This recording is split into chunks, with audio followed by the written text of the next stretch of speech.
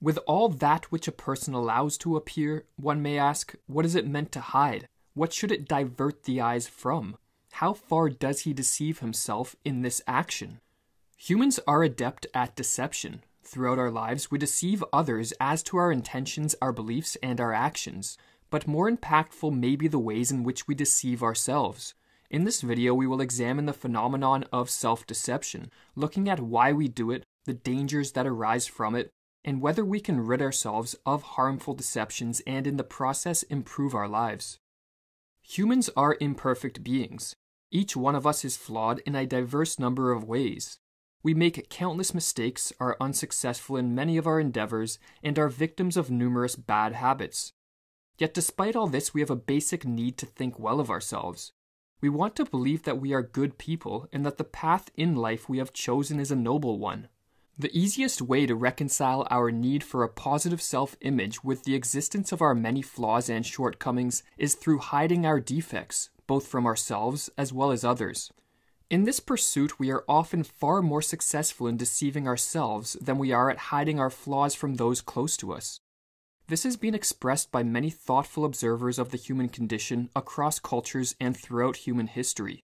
A famous passage from the New Testament reads, "Why do you see the speck in your neighbor's eye, but do not notice the log in your own eye?" While an ancient Japanese proverb conveys a similar message. Though you see the 7 defects of others, we do not see our own 10 defects. Deceiving ourselves as to our flawed character is sometimes referred to as internal masking. But self-deception takes another form called external masking, whereby we deny aspects or events of the outer world which pose a threat to our self-image. For example, someone who believes they are a well-liked person may remain oblivious to social cues pointing to the fact that others dislike them.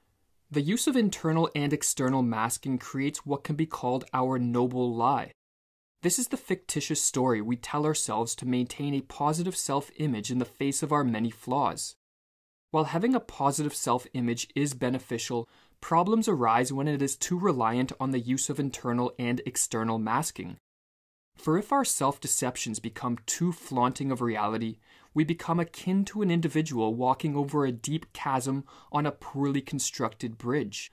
The chasm was life itself, wrote Leo Tolstoy in his book Anna Karenina. The bridge, that artificial life.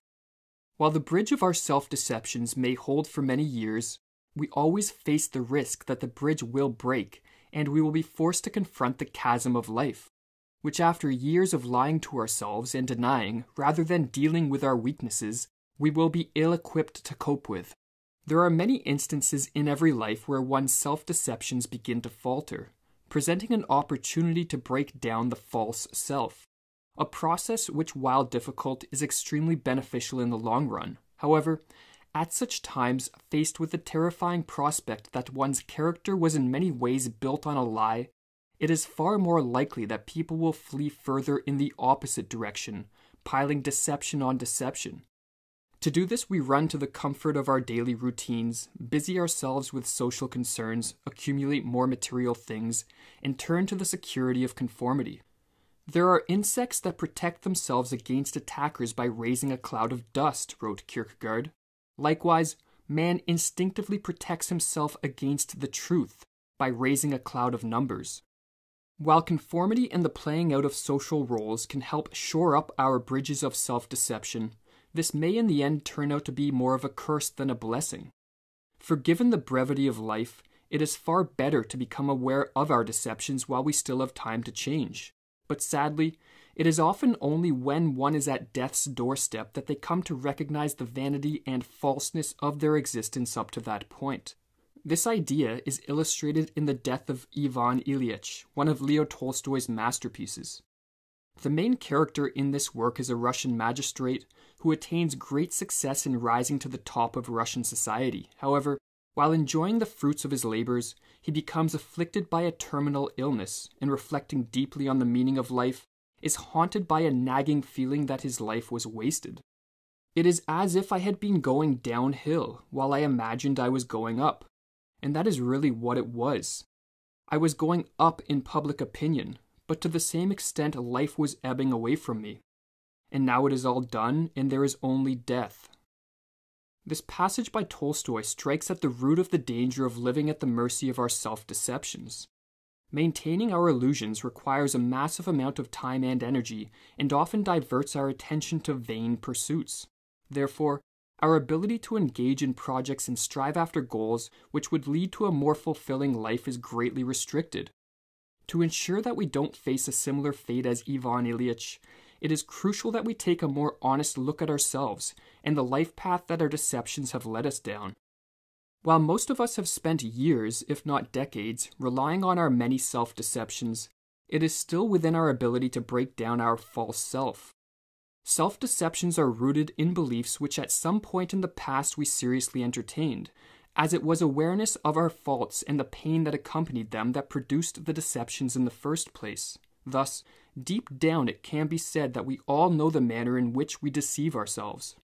Nietzsche suggested that one way we can make our faults more palatable is by viewing the development of our character as analogous to the creation of a work of art. In its initial stages, a work of art contains numerous flaws. However, an artist who deceives himself regarding these flaws never creates anything of worth.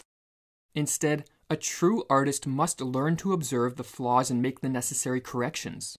Some flaws may be beyond the artist's ability to correct, but instead of pretending they do not exist, the artist can strive to find a purpose for them that contributes to the work as a whole. In a similar vein, with an awareness of our own flaws, like an artist, we can attempt to overcome them, or when this is not possible, accept them and see them as an expression of our uniqueness. To give style to one's character, wrote Nietzsche, a great and rare art. It is practiced by those who survey all the strengths and weaknesses of their nature and then fit them into an artistic plan, until every one of them appears as art and reason, and even weaknesses delight the eye. To succeed in this approach, according to Nietzsche, we should sculpt our character under the constraint of a single taste, selecting a life project to act as a guide for our creation. Without this constraint, we run the risk of losing ourselves in possibility, that is, of becoming overwhelmed by the myriad of choices regarding what to do and who to become. But before we can choose an appropriate life project, we must become aware of the weaknesses and flaws our deceptions are masking. For a clearer vision of who we are will allow us to survey what options are realistically open to us.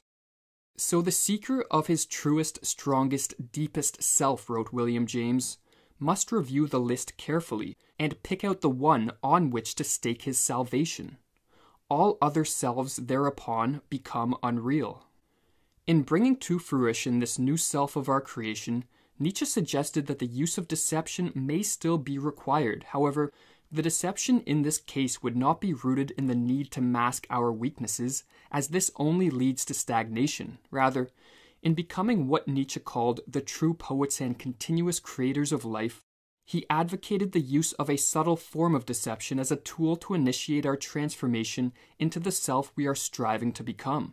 Nietzsche understood that very often it is our actions which precede a change in our emotions and belief structures. Thus, if one is striving to remake themselves, initially they will need to act in a somewhat fraudulent manner, or in other words, they will need to act as the person they have not yet become but wish to be. Or as Nietzsche advised in Human, All Too Human, when someone fervently wants for a very long time to seem something, it will eventually be difficult for that person to be anything else. The profession of almost everyone, even of the artist, begins with hypocrisy, with an imitating from outside and a mimicking of what works effectively. One who always wears the mask of friendly expressions must eventually gain power over benevolent moods, without which the expression of friendliness cannot be effected. And finally, these moods gain power over him, and he is benevolent. There is no doubt that taking this route and trying to remake oneself is risky. It requires enduring great pain in the unmasking of our self-deceptions and opens us up to the potential for ridicule. However, the alternative of remaining on the shaky bridge of our self-deceptions may in the end entail far more suffering. For like Ivan Ilyich in Tolstoy's novel, we risk wasting our life and only coming to the realization that we were in fact going downhill, as Tolstoy put it, rather than up when it is too late. Thus, while we still have time to change, we would be wise to heed the advice of the great Russian author Fyodor Dostoevsky. Above all, don't lie to yourself, he wrote. The man who lies to himself and listens to his own lie comes to a point that he cannot distinguish the truth within him or around him, and so loses all respect for himself and for others.